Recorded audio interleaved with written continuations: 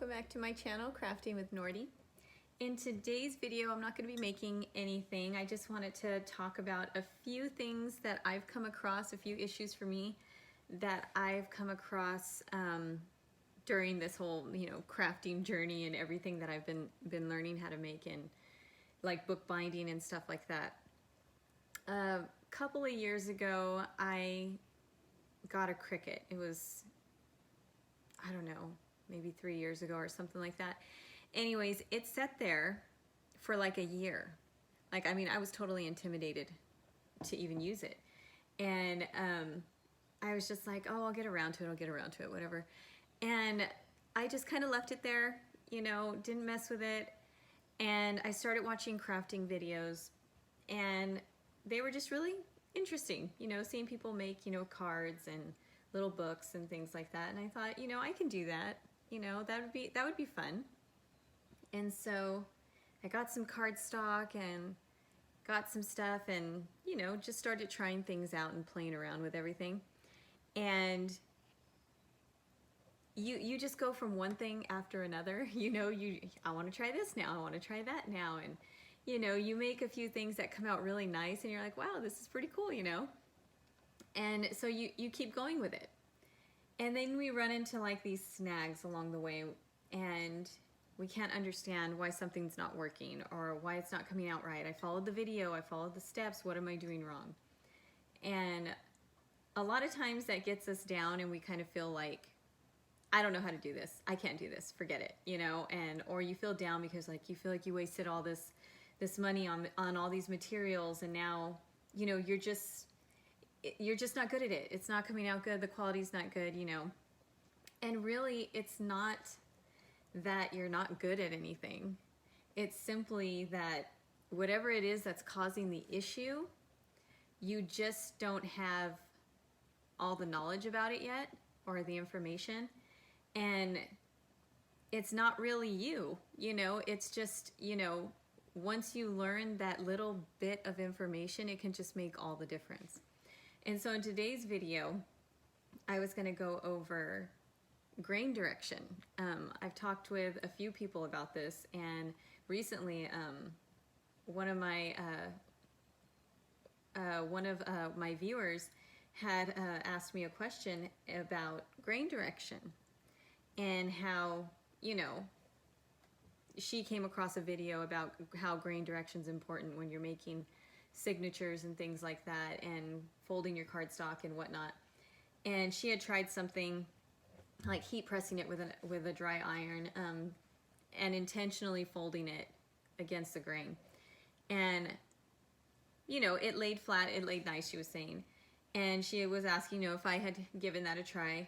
And I came across issues with folding my cardstock and a lot of breakage on my fold or score line, and I didn't understand why that was actually happening, and it was frustrating me. So when I first started really getting into crafting and whatnot,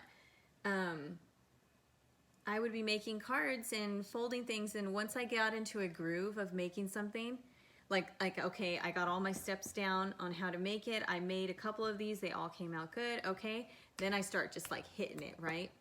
And so I grab all my cardstock and I get everything ready, and I'm just gonna make a bunch of these, right? And all of a sudden I start having issues. I'm folding the paper or the cardstock and it's breaking on the score line, it's cracking, it's looking terrible, and I'm not understanding, what am I doing wrong? These ones came out fine. So I start saying, it's got to be me. What am I doing wrong? And I'm like, I did the steps the same, okay. Then it's the material. The material's not that good. It's not good cardstock. And so then I would go out and buy, a more expensive cardstock and have the same exact issue. And so then it would frustrate me, and it would go back to, well, then it's me, I can't do this simple thing. I can't just, fold cardstock in half and it look nice, And so then I would get down on myself that, I wasted all this money, I got all this material, and I can't even use it because everything I'm trying to do with it is coming out wrong every time I fold it, right? So I wasn't like understanding what I was doing wrong. And so then I would stop for a while, you know, and, you know, try other things, try to make different stuff, and, you know, just kind of just move along to different things.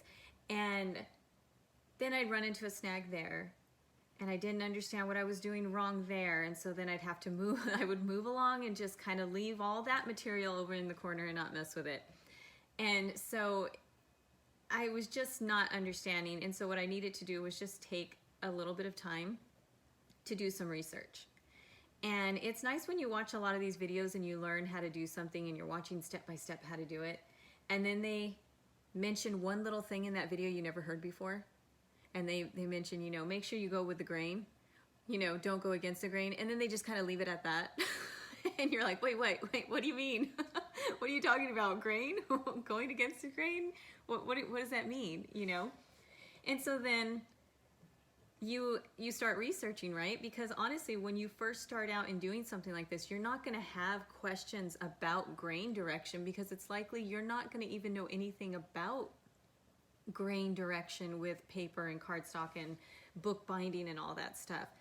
A lot of times when we have these questions and we start researching this stuff is after we run into an issue, and or like we hear something in somebody's video but they don't go any further than that. And then, you know, we're like, we got to know what that is. You know, what are they talking about there? And then it's that tiny little bit of information that makes all the difference, you know? So it wasn't how I was scoring it. It wasn't what I was doing. It was, I just didn't turn the paper that way. I didn't turn the cardstock that way, you know? And so that little bit of information is helpful. So it's not that you're not getting it. It's not that, oh, you know, you can't just follow a simple video. No, it's nothing like that. It's simply, we're just lacking the knowledge as to why we're having that issue. And once you have that little bit of information, you move forward. You're like, oh, okay, I could do that, you know, and you find out that one, and it's always that one little thing that makes that difference. Like I said, you know, we're not going to have those questions until we run into a problem.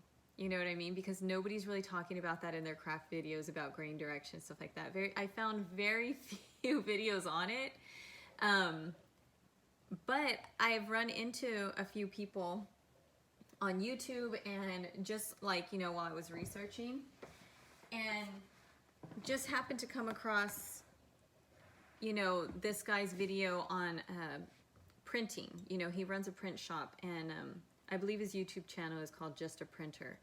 And he makes all these, he prints books, and, you know, they get glue binded and all that stuff, and he runs a shop. And in one of his videos, he just happens to have a book that a friend gave him that needed to be fixed. And that's not really something that he does. He doesn't just like go and fix, you know, books and whatnot. But he was going to do it for his friend.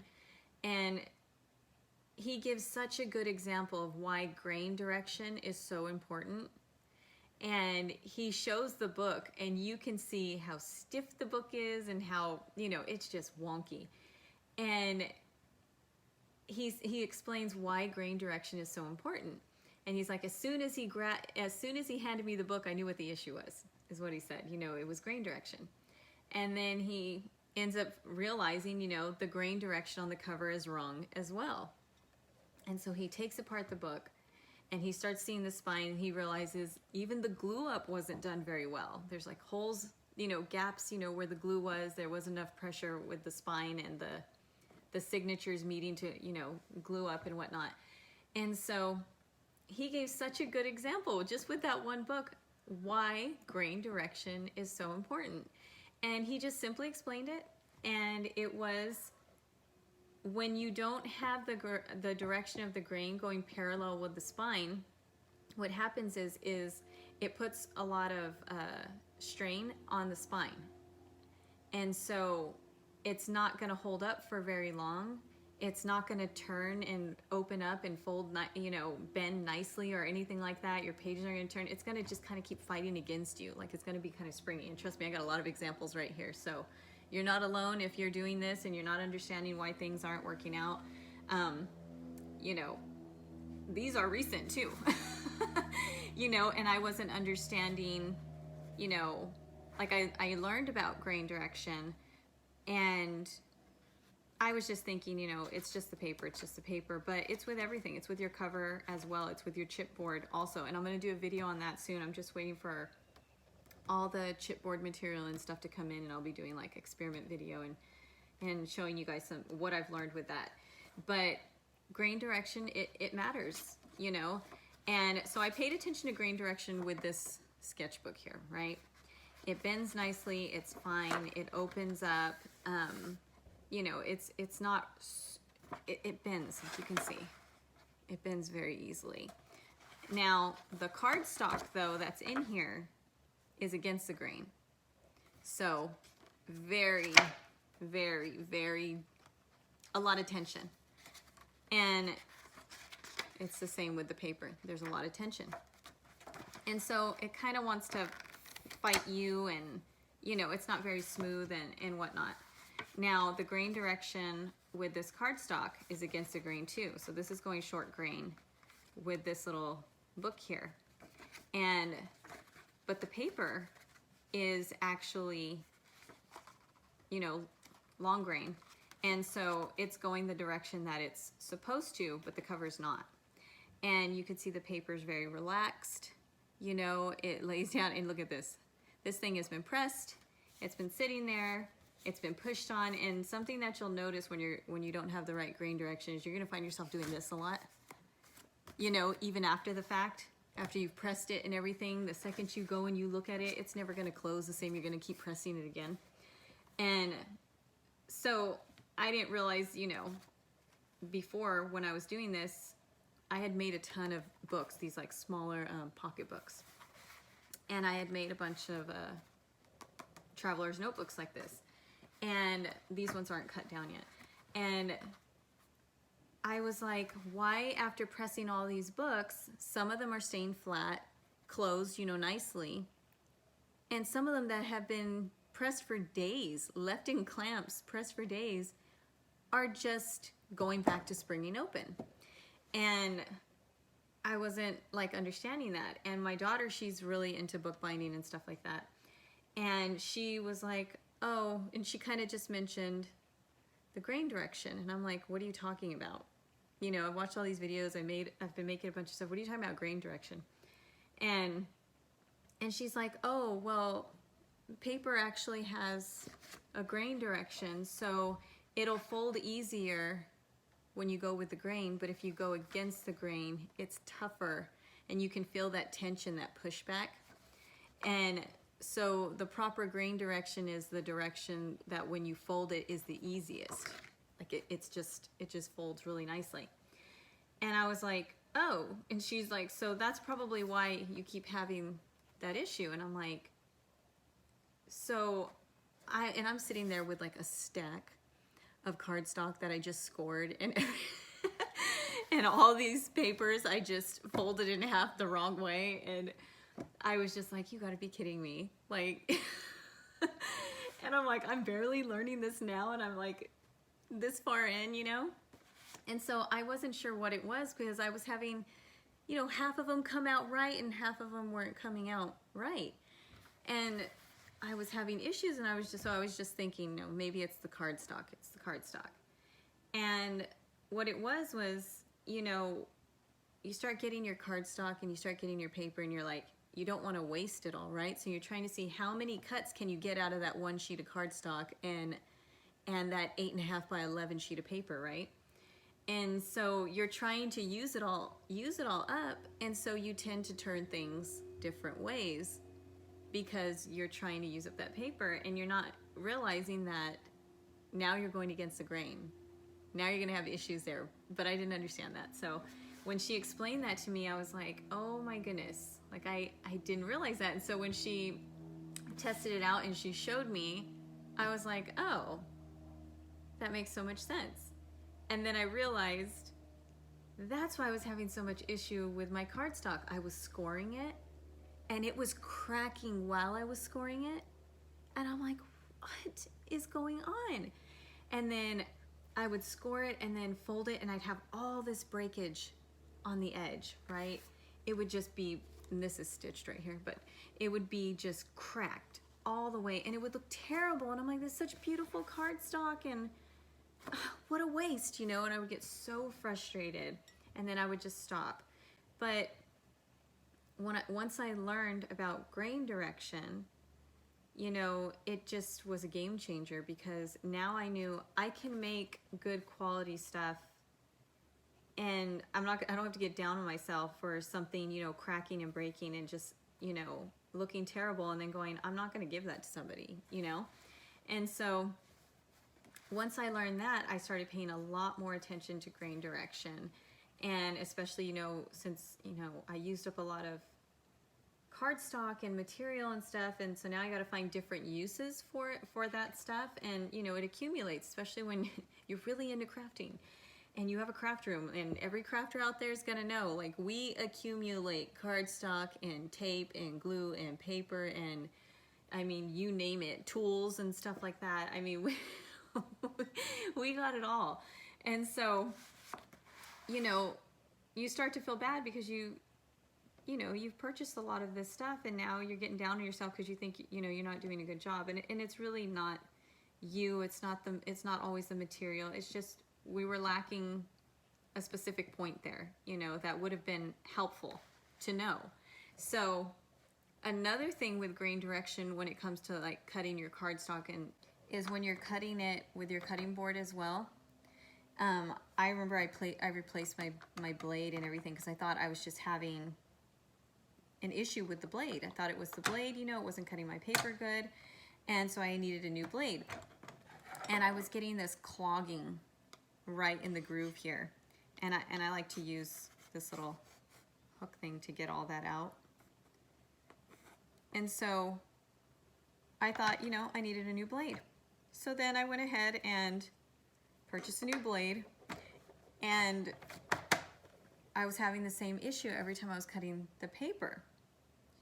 And I was like, well, why is it doing that? Every time I cut it, you know, it's doing that. And it was just clogging up this thing in here. So then I thought, oh, it's probably just the cardstock, right? It's the cardstock.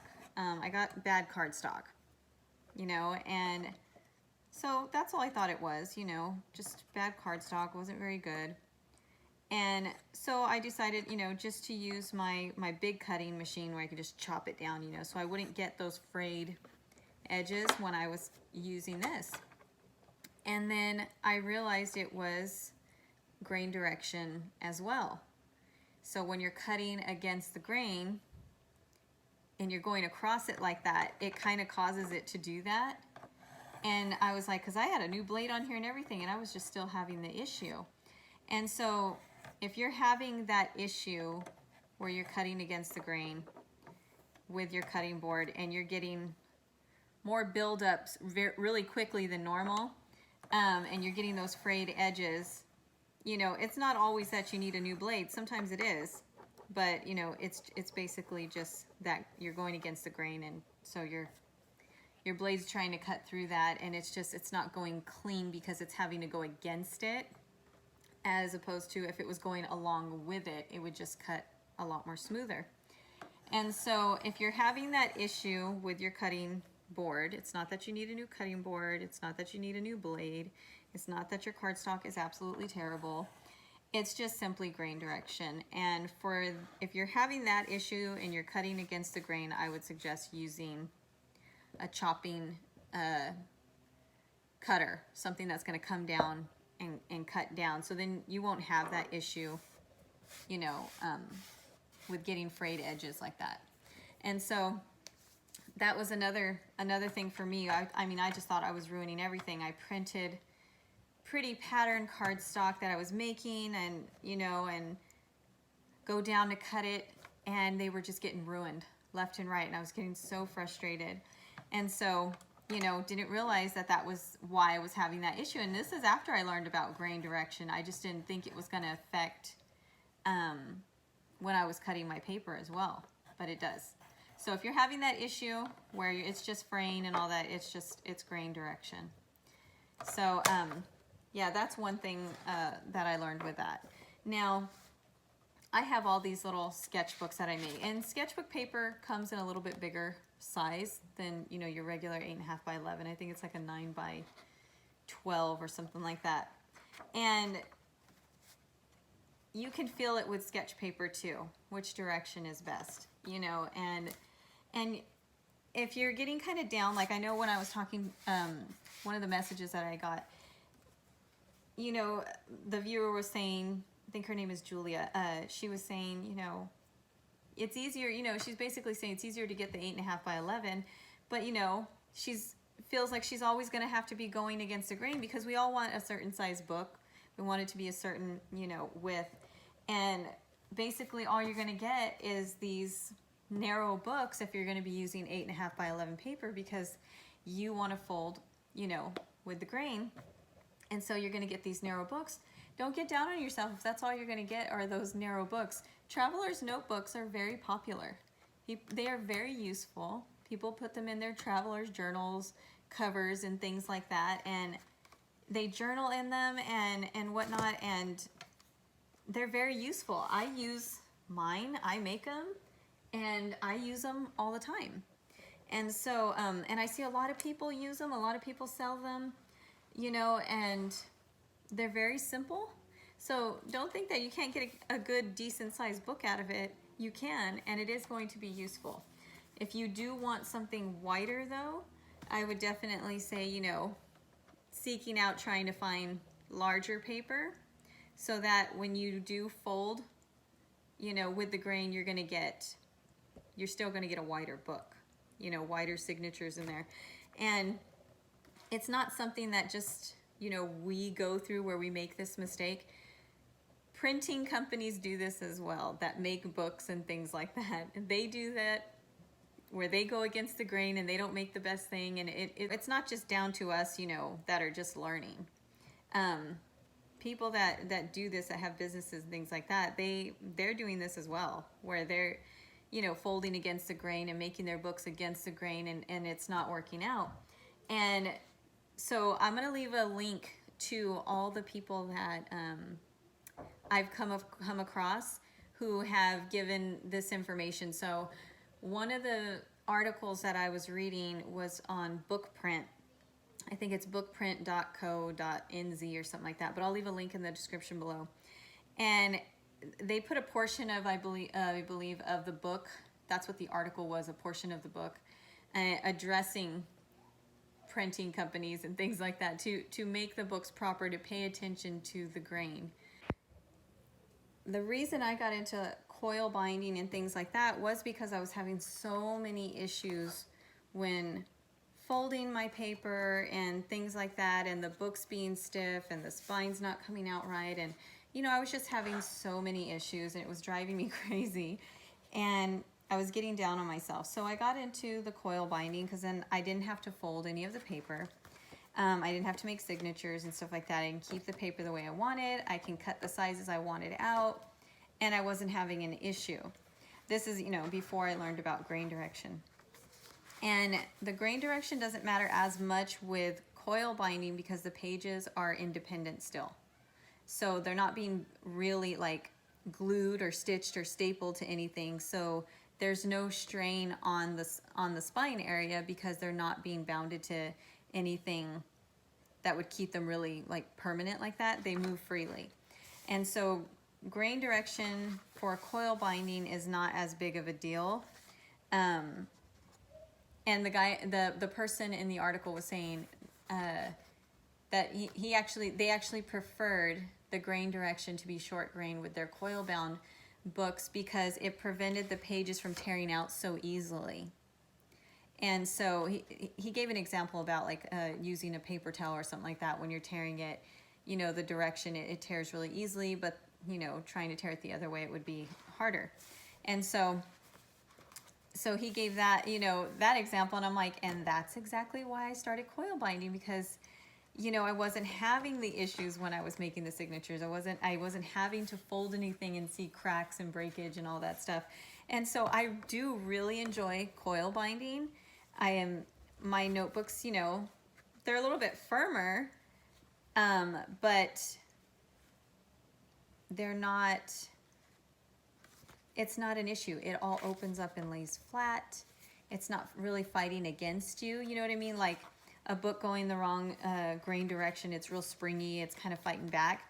You're not going to have that because all the pages are independent, so it's still going to open and lay flat and whatnot. So I like coil binding a lot, but I still want to learn how to properly make books. And right now I'm learning the glue binding right now, so the perfect binding, I guess is what they call it.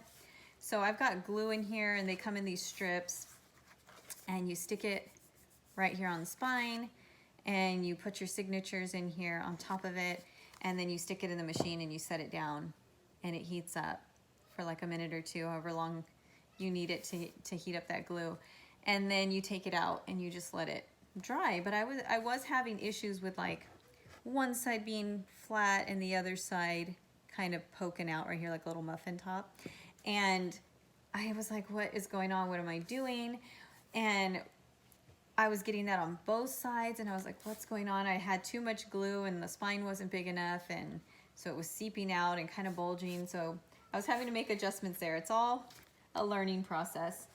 I knew about the cardstock and the paper, about the grain direction, and you know, these are just little tidbits I'm picking up along the way, and it's always after I've already cut a bunch of paper, or I've already folded a bunch of cardstock, or, you know, I've already ruined a bunch of stuff. I've already gotten, you know, knee deep into doing something when I finally realize why I was having an issue, or, you know, that's actually not gonna work because, you know. And so once I learned all that, you know, I was like, okay, you know, now I know that I shouldn't have an issue, right? And then I started having issues with my chipboard, and I was like, good grief, you know? And I had come across something that was talking about chipboard and grain direction with that as well, and they were real brief in it. They didn't give an explanation. They just said something about, you know, the grain direction of the chipboard and making sure that, you know, your grain direction is long grain, and that your front and your back covers do the same. And they just mentioned it as if you should already know, you know, and I was like, well, I wasn't sure that it mattered with it because it's so thick, you know. I was like, I didn't think it was really going to matter. And it just didn't cross my mind, even after learning about, you know, the grain direction with cardstock and paper. And another viewer was asking me questions about chipboard and stuff like that, and I was already, you know, putting pieces together for a video. And so I'm like, you know, just stay tuned for that one, because I'm just waiting. That material should be in soon, and so then I'm gonna work with that and see the differences. But Papercraft Panda, and I'm gonna leave the link in the description below to her her blog where I found that article, and she discusses the differences with chipboard and the book board, and you know, what projects would be good for those things, and the differences between them and between the chipboards and how they're made and stuff like that. And it just was such a simple explanation that it was just to the point. It was simple, and you're just like, oh, okay, you know, like that totally makes sense. And so then I found her video on YouTube. Her videos are very just very simple and clean. I mean, you got a good visual of what she's doing, and she simply explains all the steps. I mean, I wish I could do videos and explanations like that. I'm just such a chatterbox a lot of times, and a lot of times in my videos I'm just cutting out so much chatter, so I don't have a 2-hour video, and it takes a long time to edit them. So I loved the explanation. Was just very simple, and she was just very to the point with each thing, and simply explained it, and then the comparisons and what projects they would be good for and things like that. And so definitely give that one a read. I left the link in the description below. Definitely give her a follow, because it's just so simple, and I love it when I find videos like this, like that, you know, that just really just are to the point and simply explained, and they're explained in a way that you don't actually have to see what they mean. You know what I mean? And for me, I'm a real visual person, so I like to show you what I'm talking about. You know, I talk a lot with my hands, but I'm very visual, and I have such a hard time summing things up, and so I'm always having to show what I'm trying to say, and it was so nice, you know, to come across her blog and see that her explanation was so clear and so simple that I can visualize what she's saying, what she means, and all that stuff. I didn't have to actually see it. And being that I've already worked with some of this material and stuff already, I get what she means because, you know, I've had my failures with it and stuff and my issues with it and whatnot. But learning why something isn't working, or, you know, it could just simply be that particular material isn't good for a project like that. It's more good for a project like this, you know?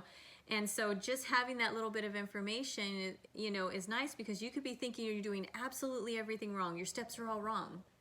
When really your steps are right, you just may be using the material improperly, or you may just not have the right material.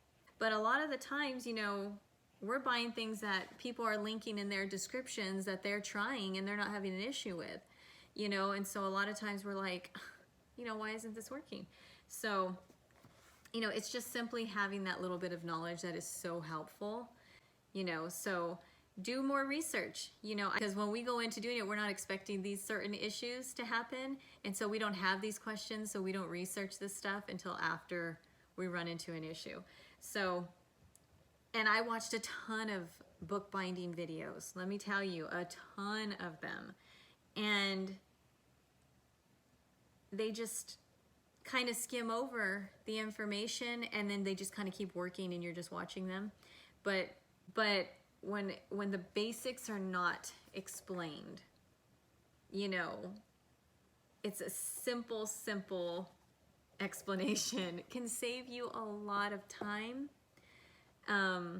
money, because you're not going to be ruining all your material, and also, you know, just that peace of mind, because you're not going to be so frustrated all the time because you're not understanding why it's not working out, and you're trying to figure out, is it me, is it the material, am I missing a step, you know, what is it?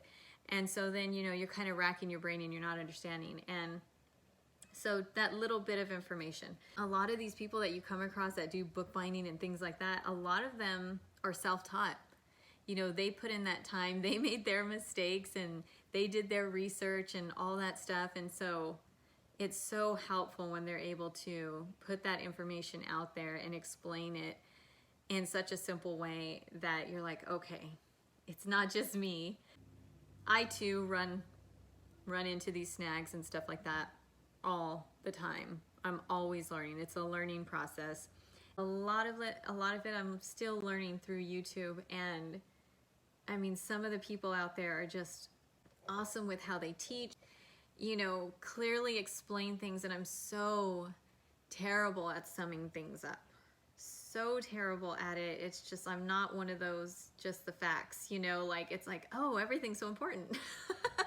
And so, you know, I have a real hard time with summing things up, but some people, they just speak so well and clear, and I appreciate those people, you know, and being able to do that and making videos like that. So I hope this video was really helpful, and thank you again so much for subscribing and for watching, liking, and sharing my videos. I appreciate you very much.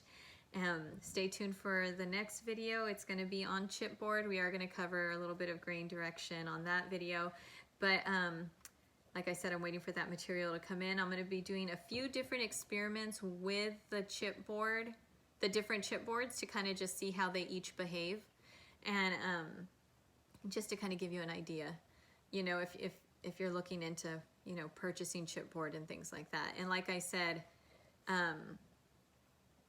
the links in the description below explain a lot, you know, about chipboard and paper and all that stuff. So check all those out as well, and you know, give them a follow if they're on YouTube. Give them a follow, and check out their videos, because they really do got some nuggets of information there that are really, really, you know, just what you need sometimes to just turn things around in your craft projects and whatnot. So again, thanks again for watching. I'll catch you guys on the next video. Have a good one.